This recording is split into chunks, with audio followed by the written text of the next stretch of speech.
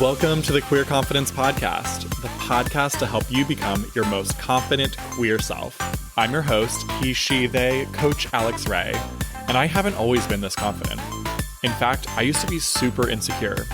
And through this show, I want to share with you what's worked for me, my clients, and my guests so that you can become more confident. Welcome back, unicorns. How are you? I am enjoying some sunshine here. Finally. February was a bit bleak here in Maryland, and I love the sunshine. And so I'm feeling so just filled with joy and ease and fun today. I don't know. The weather just seriously makes my day. All right. You ready to dive into an amazing topic? We're going to talk about money, specifically how to create money. And I'm so excited to share this episode with you today because I used to have a lot of fear around making money. I used to have a lot of doubts whether I could do it or not, whether other people could do it or not, and a lot of just really uncomfortable feelings came up anytime I was talking about money. Clearly, those have changed because here we are, and we're going to talk all about money, and it's going to be so fucking fun. Let's do it. All right. Before we go in, though, I need you. If you are going to get something from today's episode, I need you to call into question your existing money beliefs. Whether you believe that money is easy or hard, it's for some people and not for other people. It's more morally correct to have less of it or more of it. And that when you are making money, you are taking from people. So we got to put those on the side, gather all those little thoughts in your brain. I'm going to give you a moment, okay? And now put them off on a shelf. And you can come back to them. Don't worry. Here's the cool thing. You can always come back to your existing beliefs and thoughts around money. But after today's episode, you're never going to want to. Making money is actually very simple. The only way to make money is by providing value. We as humans have an infinite ability to create money because money is made through creating and communicating value. Now I say communicating because you could create value, but hide it away and never tell anyone about it. And therefore, you would not create any money because hiding it away is not giving anyone else value but yourself. So we need to create value, which we are infinitely capable of as humans. And then communicate that value to other people, whether it's giving them something that we create, whether it's communicating ideas and helpful guidance, whatever it is. Money, we have to remember, is just a representation of value. That's it. So, what does that mean? Money in itself isn't valuable at all, right? It's just a bunch of numbers, just a bunch of paper, whatever. Years and years ago, before there was money, we just traded things. We bartered. We traded livestock for grain. That's the way the world functioned before we created forms of money. And many different cultures over the course of human existence have had various forms of money because it was one central way to define value. And so that way, if if you only have two people in a transaction, it's easy to trade the livestock for the grain. But as soon as you have three, now you've got somebody with livestock, someone with grain, and somebody with rocks, gems. Now, what if the person that has the livestock wants the gems, but the person that has the gems doesn't want livestock, they want grains? So they could all trade in a circle, basically, or we could introduce money. And that way, the person who has the livestock could, I'm like lost in my own story, but you get the point, right? They could use money to buy the gemstones instead of using their livestock because the person that has the gemstones doesn't care about having any more livestock. They don't need it. They don't want it. And then that person with the livestock could actually sell their livestock to the person with the grain for money and then use that money to get the gemstones. Okay. So money really in itself is not valuable at all. It is just a way of representing the value that we've already created or given away. That's it. That belief took me a while to understand. So I want you to really be patient, and if you're not there yet, and allow your brain to kind of wrap around that concept. If you already are there, fantastic. Great. Then everything else is going to flow much more easily to you.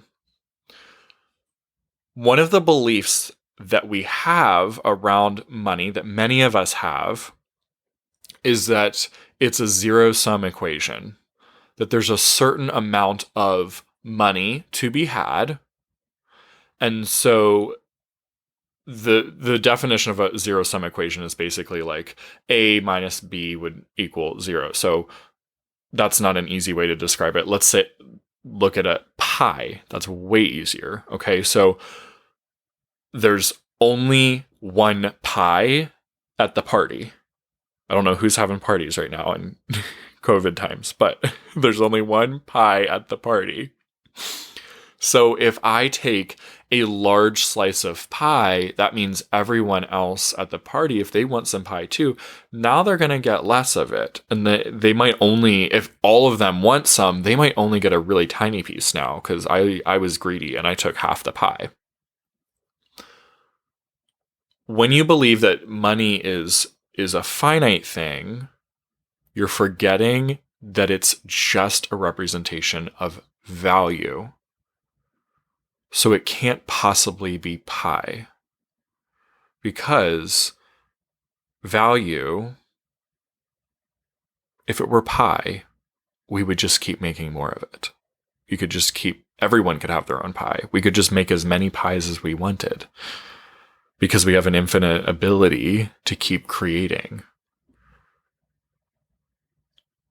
If you're believing that money is finite, you're going to have a little bit of a moral dilemma, a hang-up, when it comes to making money. Because you're going to have a fear that you making money is going to be taking away from other people's opportunity to make money as well. And this is why a lot of people have issues with capitalism, because they believe that there is a finite amount of money to be had, and that one person having more means another person having less. So we gotta clear that up. That is the very first thing that you have to believe. If you want to make money, you have to understand that money is just a representation of value, and therefore it is not limited, it is actually infinite. Because we create value with our brain, with our mind. That's it. And you can go like harvest things, you could make products, you could sell those things, you could create ideas and sell your ideas. All of it is always created within your mind. And other people's ability to, or other people's agreement with you is, they're seeing the value is within their mind.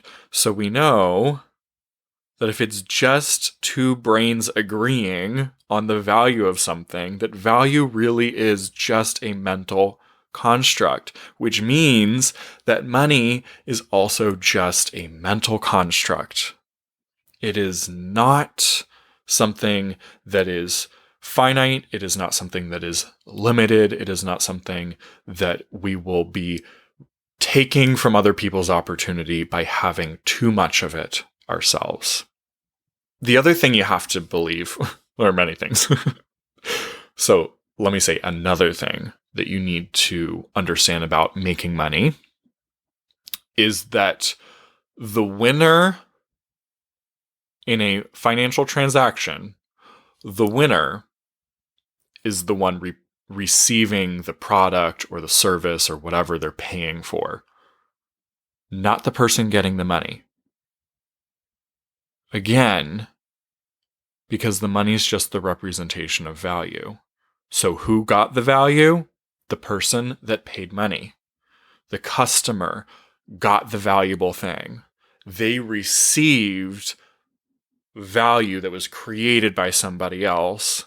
And in exchange, they were like, here's some money so that you can go get things of value that you want to get. And this is actually the concept where original capitalism was created. Adam Smith, look him up. He had a deep belief that the interest of the customer is how every business should operate. And that if it's the other way around, where the person that the service provider, the business is the winner, that it's wrong, it's backwards. And so that's more Friedman. If you want to look these people up, his views around capitalism is unfortunately more of how the American capitalism is functioning today, which is a far reach from original capitalism, where it was very based on ways of always benefiting the consumer, not the provider. But, my friend, just because there's been a cultural shift, it does not mean that these things are not true still. And what's actually true of making a lot of money is that you can do it way more effectively by coming from these beliefs of abundance and service and always making sure that your customer is the one who's winning. When you do that, you will make a lot of money. What companies have wrong right now is that they're trying to do this thing, this selfish way of creating value and then charging and structuring their businesses in such a way that it's always profit before people, profit before the customer. And that is only because they are believing that they only have a small amount of time, that there's only a small amount of money in the world, that there's just a finite amount of everything. And so because of that, they are living in fear and they're wanting to snatch up the pie.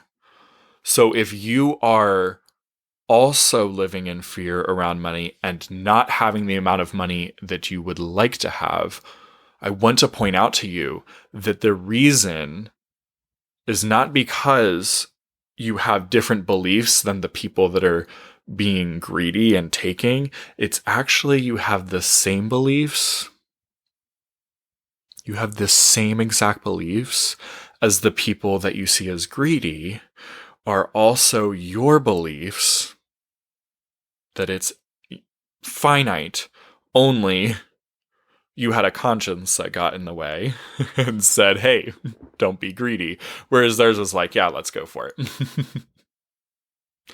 But both of you are incorrect in your beliefs around how money is created and how it can be had. So one of the other things that's ridiculously helpful in making money is letting go of the time frame. The more unattached you are, the faster it comes to you. So what does this look like? Let's say you want to make $1 million in the next few years. Let's say 10 years. In 10 years, you want to make $1 million.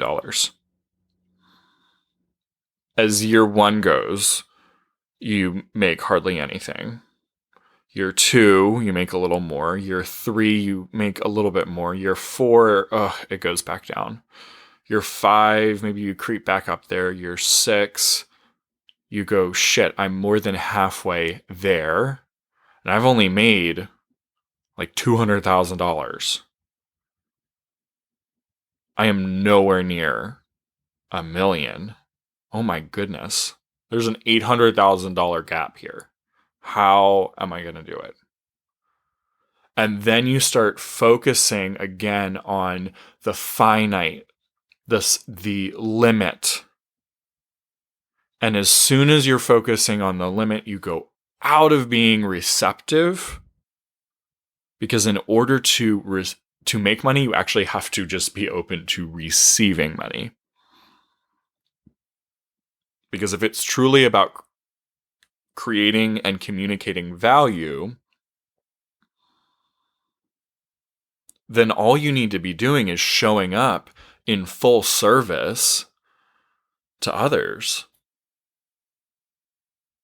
and allowing money to come to you. What this doesn't mean, though, is just doing everything for free. I did that early on with my fitness business that I had. I was just doing everything for free. But you know the problem with that? The people that I was coaching didn't typically value the coaching they were receiving because it was free. And so they weren't getting the results that they could have been getting. And I want you to think about whether you are a service-based business, whether you are a product-based business, whether you are an employee. The value that you are giving, if you're a business owner, directly to the customer, or if you are an employee, the value you are giving to the business. If you are not focused on the giving and also receiving, if you're trying to do it just for so cheap, I want you to again question, why are you trying to do it for so cheap or free? It probably goes back to those limiting beliefs that there's only a small amount of money to be had, and we got to hurry up and either be generous and give it all away, or hurry up and collect it all for ourselves. It's one of those two things, but it's always coming from a belief that there's a finite amount. And it doesn't do, back to what I was saying with the reason that it's actually helpful to charge more is because you and the person that's paying you are now agreeing upon more value in this transaction. So early on, when I was doing everything for free, we were both agreeing that this was a basically zero value transaction. So what do you think happened? They didn't have much transformation because they didn't take the coaching seriously, and they didn't go out and get the results that they wanted. And then what happened when I raised my prices? We were both agreeing on the value that this was going to have, the impact that this was going to have on their life. And they went and implemented more and more and more and more and more. And they got exactly what they came for. And if you're an employee, I want you to think about how this relates to your job. When you and your boss agree upon a very small amount of money, you're both kind of in agreement that this is not that useful. It's not that valuable. Versus when you both agree upon a larger transaction, a larger amount of money that they're going to pay you, you're both in agreement that this is of much more value. And the company is going to value you as an employee more, and you're going to just feel abundant and ready to continually over-deliver to the company. And over-delivering is something that I love, love, love to think about. I always, again, I mentioned this earlier, I always want to make sure that the customer, the client, is always the one receiving more value than they paid for. They're always getting more. The business is always increasing their, if you're an employee, the business is always increasing their profits far more than they're paying out to you. And then you can look at that and go, look how much I helped you increase your profits. Now I would like more money because I want to help you even more. If you're a business owner, you're going out and providing value to your people, whether it's through selling things or selling services. You're going out and providing this value to your people, and they're loving it. And then you're saying, oh, maybe I should charge more. Maybe I should make a different thing that's even more valuable now. And we keep increasing the value. We're all winning because we're building each other up. We are all collectively in the process of making money. We are all collectively winning.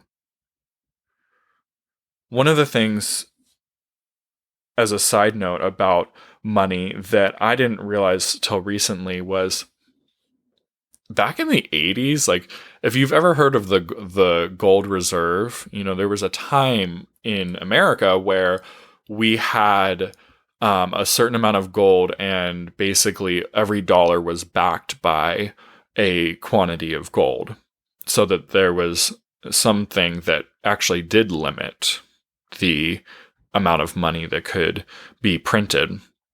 And back in the 80s, I believe you can look it up, but that was done away with. And so just even more evidence for your brain, if it's still arguing with this, we literally do just print money.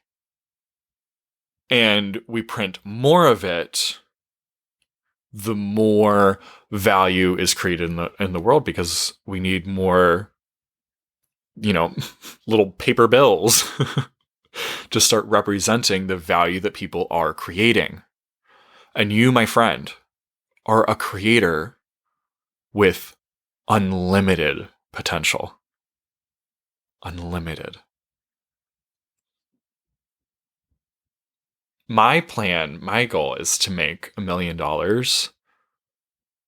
by my 30th birthday. I want to make $1 million just within that year leading up to my birthday. And I'm so excited about that.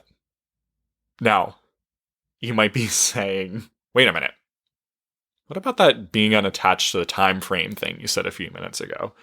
I am. I am totally unattached to the time frame. It's okay if it doesn't happen. No big deal. There was a time when I felt very attached to that. And, if it doesn't happen by then, I know it's going to happen eventually. It's not possible for it to not happen because I understand how money is created. I understand how money is made. And so I know that all I do is, instead of looking to grasp for more money, all I do is look at giving and providing and being and living abundantly. The more that I am using my mind to create valuable stuff for you, the more money I'm going to create. The more money I'm going to make in my bank account. And so, yeah, it might not happen by the time I'm 30, but I'm pretty sure it will, just based on the the projection that I'm on. It's highly probable. And one of the reasons that I want to do this is, one, I know that I'm always over delivering. So the fact that I will be making $1 million that year is ridiculously exciting to me, because I'm knowing that I have provided you with way more than $1 million worth of coaching, life change. And the other cool thing is, I get to be an example for our queer community of what is possible. Because I know that if it's possible for me, it is totally possible for you. And not by hustling or being miserable. I tried that. It didn't work. It didn't work at all. And so I just want to be continually a reminder for others in our community that, hey, here's someone that broke that barrier of maybe where you thought you could go. And I want to continue to help others in the community, because I recognize that I am a cis white gay man. And there are others in our beautiful spectrum of our LGBTQIA plus community that look nothing like me, have a very different upbringing, background, story, life, identity that's much different than mine. And I love that I'm going to get to help you, that person that's entirely different than me, welcome in money with ease. Yeah, there are barriers that each of us face, and you might be facing more barriers than I face. That absolutely might be true. But I know for a fact that whatever the barriers are, your ability to make money is not based on the other people. Your ability to make money is truly within your control of your creativity. And so the work that you have, my friend, is similar to the work that I have, in that I believed a lot of limiting things around money, that I couldn't create it, that it was for other people, that there wasn't enough, etc. And in letting go of those things, then I created more. And so you may have other limiting beliefs. You may have the same ones. You may have more than I had. You might have less than I had. You might have different ones. And the more that you change those, the more you are going to open the doors for making money in your life. And you can make money doing whatever you want to do. Whatever you want to do. As long as you're focusing on the providing of value. So a couple questions to ask yourself to get yourself into this place where you're really welcoming in money and feeling it and creating momentum in your life behind it. So you're not getting in your own way and stalling yourself. First one. If I knew for sure I was going to make the amount of money I want, no matter what would I be doing right now? Again, huge problem for us humans is we start getting concerned with the time frame or the amount, and it's looking like it's not going to happen. It's looking like it's not going to happen. It's looking like it's not going to happen. It's not going to happen. And do you hear the resistance in that? You're so focused on the problem,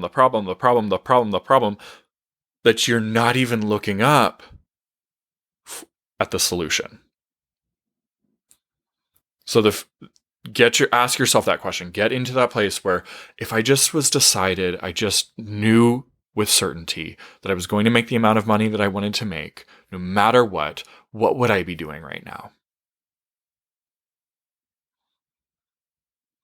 The next question, if I fully trusted that making money was only dependent on providing value, how would I structure my business or choose my career? If it wasn't about ripping people off or taking from them, or I should have to make less so other people could make more, or I should make more because that's the only way I'm going to be able to be happy. That's the only way I'm going to be able to be fulfilled. I need to have more so that I can be a success. I need to have more so that I can believe in myself. I need to have more so that I can prove something. Whoa. Again, resisting. Because you're pushing and pushing and pushing and you're needing it now. And the more that you are needing it to happen and be there right now in its fullness, in this moment, the less you are welcoming it in because you're only focused on the not having. What if you just pulled back and asked, how do I already have everything I need? How is that true? Again, if I fully trusted that making money was only dependent on providing value, how would I structure my business or choose my career? All right, and the last question. How do I want to feel about money? How do I want to feel about money? 4 that came to mind for me was joyful, abundant, easy. I want money to feel easy, generous. I love to give. If you catch yourself feeling different than the feelings that came to mind for you, then you know you are back in your old beliefs of scarcity. It's too hard. I don't have enough. Other people don't have enough either. People are taking it from us. And in that, you are again immediately resisting creating value. Because you're so focused on the money. It's not about the fucking money. You didn't think you were going to listen to a podcast on how to make money where the punchline was, it's not about fucking money. It's about providing value. It's about generosity. It's about giving. It's about creating. Money, again, is just a way of representing the value. Money, worthless. Value, infinite. And who the hell would want to buy from somebody that's like, me, I don't have enough. Hurry up, give me more money. Or who would be inspired from that? No one. Why? That would not inspire anyone. And I love that you and I get to be examples for the queer community of what is possible. If you're living constantly in that fear, you're not living in the joy or the confidence. All right, my friend. Now, I hope you forgot about those old beliefs that you put on the shelf. I hope you're ready to just leave them over there and ignore them. You have everything you need to go make money, to go provide value to other people, to create things that are valuable and to communicate it to others. What a joyful, abundant, loving way to make money. I'll see you next week. Go make some money. If you enjoyed this episode, don't keep it to yourself. Share it with a friend so they too can become more confident. You can also help more people find the show by leaving a 5-star review wherever you listen. And if you want to become a more confident queer with support from yours truly, head to coachalexray.com or use the link down in the show notes. I'm looking forward to working with you.